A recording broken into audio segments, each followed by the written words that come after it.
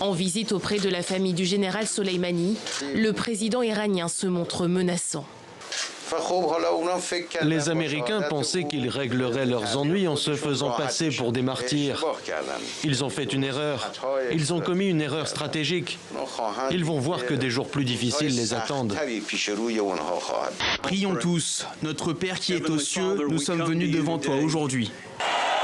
Devant lui, des chrétiens évangéliques, ces partisans de la première heure, un électorat non négligeable, sachant qu'un quart des Américains est évangélique. Son discours était donc orienté pour les courtiser, notamment en revenant sur sa politique interventionniste au Moyen-Orient.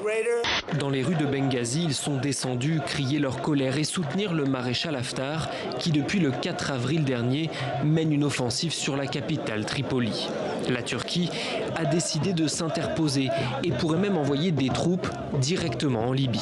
En ce 46e vendredi consécutif du Irak, malgré la fatigue, Mohamed a donc tenu sa promesse. Pour remercier aussi ceux qui l'ont soutenu tout au long de son emprisonnement.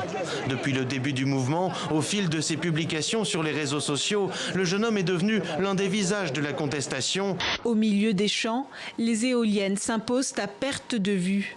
Taïba Diaye est le premier projet d'énergie renouvelable à échelle industrielle au Sénégal.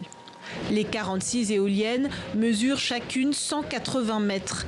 Inauguré fin 2019, ce parc devrait couvrir 15% de la production d'électricité du pays. Parler d'États et de pays indépendants, c'est parler d'États qui sont capables de se tenir eux-mêmes comme étant souverains, d'être autonomes, de satisfaire les besoins sociaux de leur population. Et il est vrai que si on regarde un ensemble de pays du continent, et notamment un pays dont je suis originaire, la République démocratique du Congo, le compte n'y est pas. Quand il a fallu présenter Moustaki, c'était une princesse naturelle. Je vais te présenter mon homme. Et alors là, il tricotait. Et quand Piaf se mettait à tricoter, ça veut dire qu'il y avait un véritable amant. Mais j'ajouterais qu'en 7 ans, jusqu'à la fin de Piaf, je n'ai jamais vu un tricot terminé.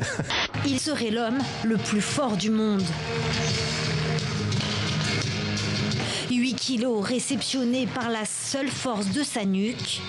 Dans les airs, il fait grimper 250 kilos grâce à sa mâchoire d'acier et enflamme le public.